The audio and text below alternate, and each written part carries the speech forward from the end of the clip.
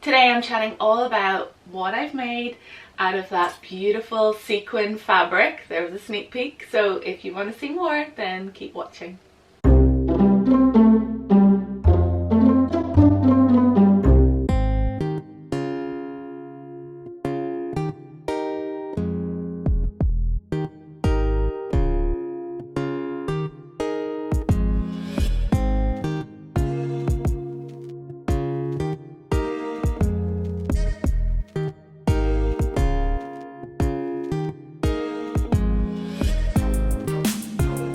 Hi everyone, welcome back to my channel. This is Susie from Thread Quarters. Thanks for joining me again today.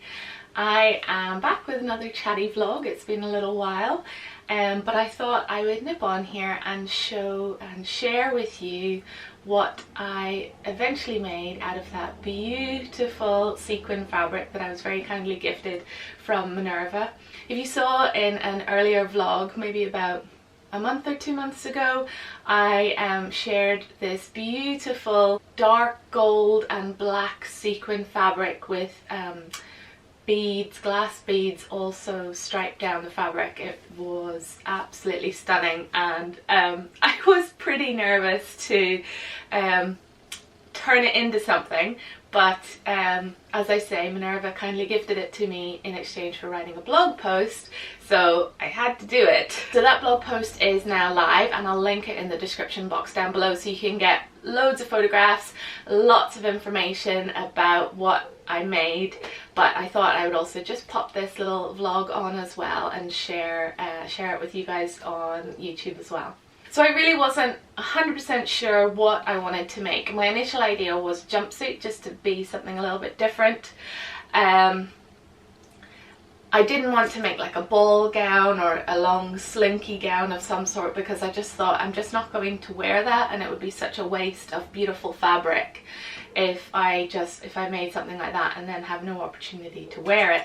So I thought a jumpsuit might be something I might feel more comfortable in. It might be something that I could wear on a very special night out, maybe like on New Year's or something like that. I don't go out an awful lot these days, but I thought that might work. And then the more I thought about it, the more I was like, well, perhaps if I made separates and made a faux jumpsuit that you could wear the separates together, but then also have a top and a pair of trousers that I could wear with like a slightly less dressy top or bottom, just might sort of fit into my lifestyle a bit better. So that's what I decided to do. And then I had to also think about working with the sequins and the beads, and I wanted to pick a pattern or two patterns that had very few style lines, so there was minimal sewing required, minimal cutting required. Both of those things were tricky with this fabric. So what I ended up choosing was the Stevie top dress pattern from Tilly and the Buttons for my top. I think a few of you had suggested that one in my original vlog when I was asking what I should do with the fabric. And since I had just made quite a few Stevies as samples for my dressmaking class, I was in the Stevie zone, let's say, and I had the pattern out and I knew exactly how to put it together, and I thought, yes, let's go ahead with that. It's a nice simple top. And then for the trousers, I decided I wanted loose fit again, so I didn't have to think too much about the fitting aspect, and I thought with the drape of the fabric that a wider leg would be nice. And I had this pattern in my stash for a long time. I'm sure you will all have seen it before. There we go. It's Butterick 6178. I know lots of people have made this. It has been on my to make list for a long time, so I thought, yeah, let's just make it out of sequins the first time you make it. And I made view D, which is the simplest view with darts at the front, darts at the back, and that's it. There's no pleats or anything like that. And I am so in love with how they've turned out. So I will put in proper shots of me wearing it. That's my Stevie, and at the back I have of course got the stripes going the other way, and then here's the trousers. You know, you can't really see, but you can see there's a hem there. So let's get into each garment individually. I'll start with the Stevie. Hang those up there. So nice simple lines. It's just a grown on sleeve. I left out the cuff, so it's literally just turned under. I have the selvage of the fabric I have used for the top and the trousers as the hem, so that meant I didn't have to hem either of them. It added an extra detail to the bottoms of both of the garments. I also decided to do that for the top because I thought if I just tuck in this little black section here, then there's less bulk being tucked into whatever I'm wearing it with, rather than having it all sequins, trying to bunch them all up, and that works really well actually. And you hardly even know that it's tucked in, and I'm really pleased with that. For the facings, I had some black silk in my stash that I had used to line a velvet jacket I made 2 years ago, I think. So I had a few scraps left, enough scraps that I used for the facings, so that was a nice little added luxury element on the inside. And also, again, just reducing the bulk. There's no way I was going to be facing it with the sequin fabric. And then I took my time and very carefully lined up these stripes across here. I do still have the opening here, but I decided just to tack it shut at the top.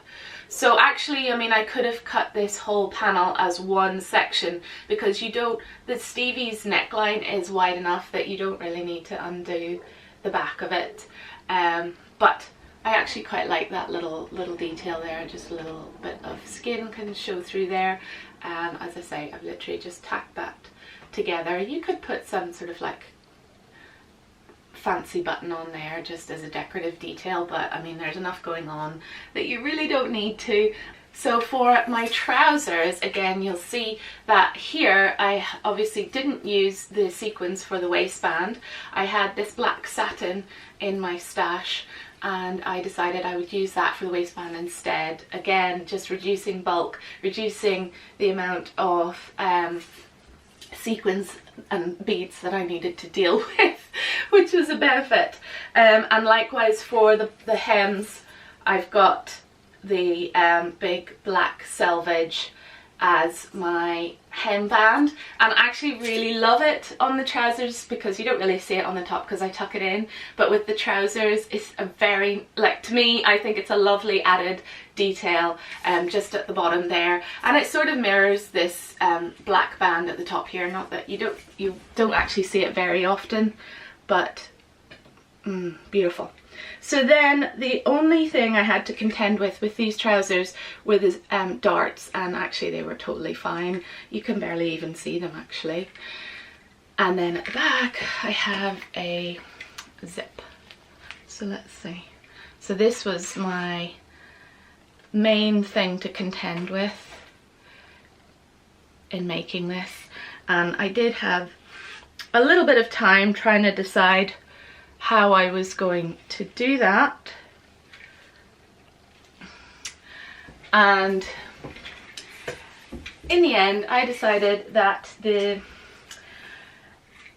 easiest way for me to do this was actually going to be a hand pick zip. I've done a hand pick zip quite a few times previously, usually when I'm doing a special project, like when I was learning a little bit of couture sewing and I made my bombshell dress that was part of like an online course that I took. You learn about hand picking a zip.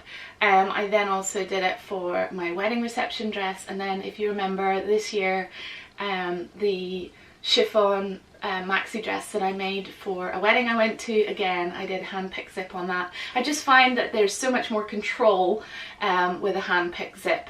You sort of think, oh my goodness, it's going to take so much longer than just putting it in by machine, but you just have so much more control, so much more accuracy, that in the end it's probably faster, because the amount of faffing that I have to do to put in a zip on the sewing machine, it's just actually easier to do it by hand, and I love the effect. Now on this fabric you don't really have that effect. I mean, on a very plain fabric you'll see the little hand stitches, the little prick stitches, very small, precise. You've got to try and make them lovely and equally spaced apart if you want to get that nice neat effect. But on this you don't see it at all because of all the sequins just sort of hide those stitches, and I'm really pleased that I decided to do it that way. It was effortless and not difficult at all. In terms of sizing for this pattern, I made a size 18, which corresponds with my hip measurements. It's slightly larger on my waist, so I did have to take it in ever so slightly at the waist, and I also made the hook and eye a little bit tighter as well, just to take it in a little bit. But I didn't want a very overly fitted pair of trousers either, so it's quite a loose fit, which I think looks nice with this fabric. As you can see, it's just so drapey, and it's got a good weight to it, so it moves really nicely. So just a couple of notes in terms of dealing with this fabric. I obviously cut the pieces out on the flat, and because I was dealing with stripes I had to be very careful of pattern placement. So it was a slow process. It was on my dining room floor, had the fabric all laid out in a line, and then I pinned on one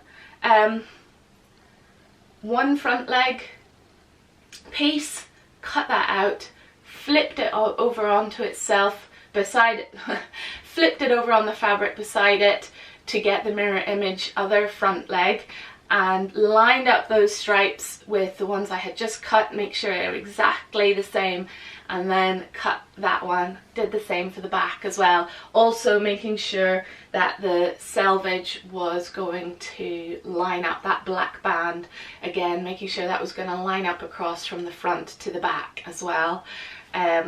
I didn't want like a jump or something like that by accident, so those were all things I was making sure that I was thinking about. Likewise with the Stevie top, again for the back panel where I have the stripes going across there, I actually just cut one out, flipped it over, used it as the template to cut the other one out again, so that I could make sure that those stripes were going to be absolutely parallel. And then sewing the fabric. Now my sewing machine could sew through those very small sequins without any bother at all, so they weren't an issue for me whatsoever. It was the glass beads. They were a nightmare.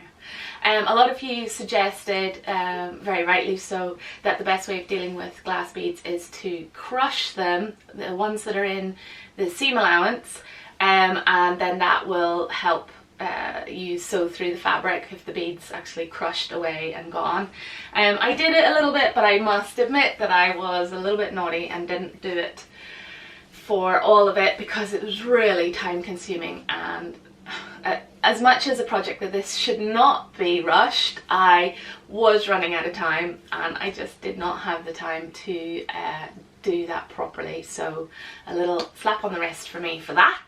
But what I ended up doing is quite a lot of hand wheel turning, just to very carefully position my needle to make sure that it didn't smash into a glass bead and break. So in terms of time, I mean obviously that slowed me down a lot, but again it just gave me a lot more control and precision, and I was able to put the things together easily enough. All in all, I really am so thrilled with these two pieces that I've made. I love the versatility of them. I think the top looks so nice with a pair of skinny jeans and high heels, just for you know, more casual. It's not casual at all, but you know, slightly less fancy affair. And then again, I like pairing my culottes, wide leg crop trousers, with that other Stevie that I made recently, that with the with the Atelier Brunette double gauze fabric with the gold dots on it. It's a really nice pairing, and I mean, I was not making them to go together at all, but don't you just love it when things that you have made work so well together and you've got a whole other new outfit. I love that so much. So yeah, I really love that little look. Again, it sort of elevates a little bit more from just jeans and a top. You've got like a dressy culottes and then a semi fancy top, and then of course put them both together and you're ready for a very special occasion, and it's just a really fun look. I will have to think of a reason to wear them both. So I know you guys always ask me, today I am wearing a Tessuti Patterns Monroe turtleneck top that I made last winter for my trip to Paris, and it's just a great, it's out of this lovely, very stretchy jersey that I had picked up from Satisfaction a good little while ago. I don't think she has it in stock anymore. I didn't have enough fabric to stripe match, so there's no stripe matching on this top whatsoever, but you know what, I still really like it. And also, let me just show you these. Can you see? Are they gonna focus? Yes. Do you see those cute little button earrings? These really adorable little earrings were so kindly sent to me from one of my viewers, Rama, who lives in Paris.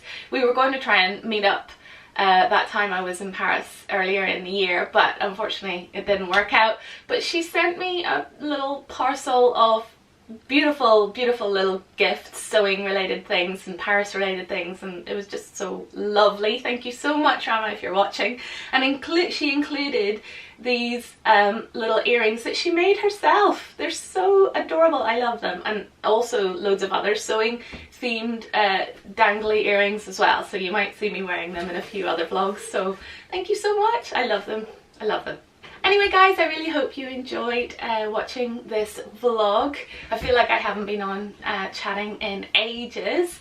I hope you're all gearing up for Christmas, looking forward to a lovely festive time of year. I do love this time of year. The house is fully kitted out in Christmas downstairs, and my little 4-year-old is so excited. This is the year he is just loving Christmas at the moment, so we are just soaking that all up because I know it won't last for very long.